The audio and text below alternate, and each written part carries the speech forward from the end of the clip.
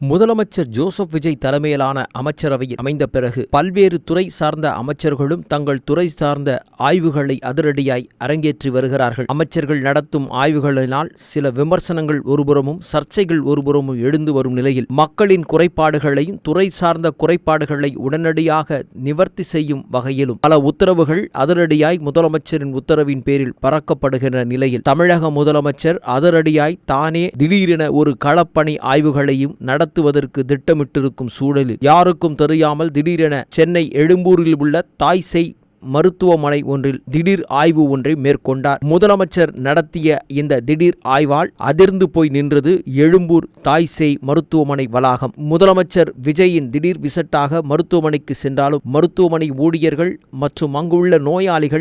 நோயாளிகளை பார்க்க வந்த உறவினர்கள் என ஏராளமானோர் புடைசூட நிற்க மருத்துவமனை வளாகமே விழாக்கோலம் போல் பூண்டதால் பரபரப்புக்கு பஞ்சமில்லாமல் காணப்பட்டது. பல நோயாளிகள் கடும் சிரமத்தின் மத்தியிலே விஜயை பார்க்க வேண்டும் என்ற முனைப்பு ஒருபுறம் என்றால் முந்தியடித்து கொண்டு வந்தவர்களால் பல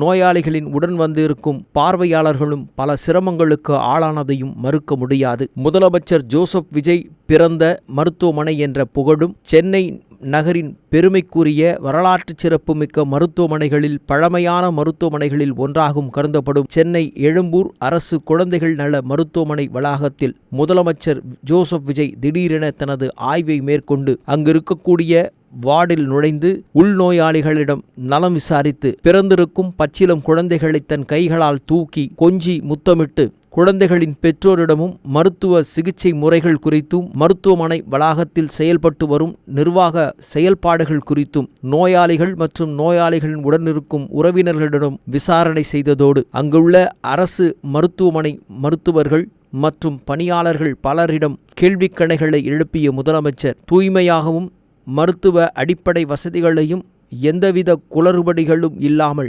முறையாக செயல்படுத்தப்பட வேண்டும் என்பதாக மருத்துவமனை முதல்வரிடம் உத்தரவு பிறப்பித்த முதலமைச்சர் ஜோசப் விஜய் முதலமைச்சரின் இந்த திடீர் விசிட்டால் அதிர்ந்து போய் நின்றார்கள் மருத்துவமனையில் உள்ள உயர் மருத்துவர்களும் அதிகாரிகளும். பிரசவ அறை, பச்சிளம் குழந்தைகள் பிரிவு வார்டு மற்றும் அவசர சிகிச்சை பிரிவுகள் போன்ற இடங்களை ஆய்வு மேற்கொண்ட முதலமைச்சர் அங்கிருக்கக்கூடிய நிலைகள் குறித்தும் முறையாக மருந்துகள் தங்கு தடையின்றி நோயாளிகளுக்கு கிடைக்கப்படுகிறதா, மருத்துவமனைகள் ஏற்படுகிற அசௌகரியங்கள் குறித்தும் அங்கிருக்கக்கூடிய நோயாளிகளிடமும் அங்கு பார்வையாளர்களாக வந்திருந்த பல பொதுமக்களிடமும் சில கருத்துக்களை கேட்டறிந்தார். முதலமைச்சரின் திடீர் விசிட்டால் பரபரப்பான அந்த அரசு மருத்துவமனை வளாகத்தில் ஏராளமானோர் முதலமைச்சரின் வருகை செய்தியை கேட்டு அக்கம் பக்கத்தில் இருந்தவர்களும் புடைசூட மருத்துவமனை வளாகத்திற்குள் திடீரென முற்றுகையிட்டதாலும் பெரும் பரபரப்பும் பதட்டமும் நிலவியது. சில மணி நேரங்கள் அந்த மருத்துவமனையில் முதலமைச்சர் திடீரென ஆய்வுகள் நடத்துவது வழக்கம் என்றாலும்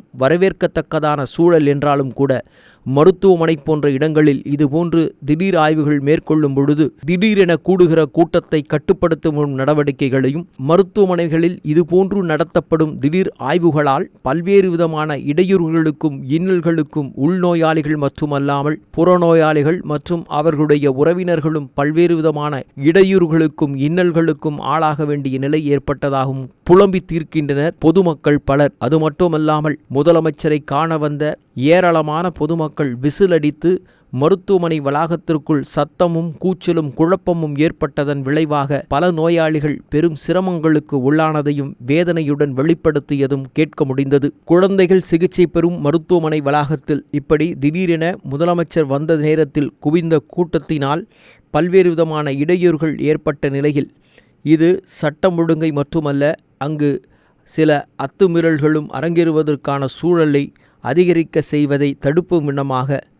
பொதுநலன் கருதி சில கருத்துகளையும் பலரும் நெட்டிசன்கள் சமூக வலைத்தளங்களில் கருத்துக்களை பதிவு செய்து வருகிறார்கள். நோயாளிகளுக்கு இடையூறை ஏற்படுத்தும் வகையில் நடந்து கொள்ளும் கட்சியின் தொண்டர்கள் அல்லது நடிகர்களின் ரசிகர்களை கட்டுப்படுத்த வேண்டியதும் காலத்தின் அவசியம் என்பதான சமூக ஆர்வலர்களின் குரல்களும் ஓங்கித்தான் ஒலிக்கிறது. பொதுவாக மருத்துவமனை வளாகமும் அதை சுற்றியுள்ள 100 மீட்டர் சுற்றளவு உள்ள இடங்களில் சத்தம் வரக்கூடிய எந்த நிகழ்ச்சிகளையும் குறிப்பாக மருத்துவமனை வளாகம் வளாகங்களில் 50 டெசிபிள் தாண்டும் எதையும் நடத்தக்கூடாது,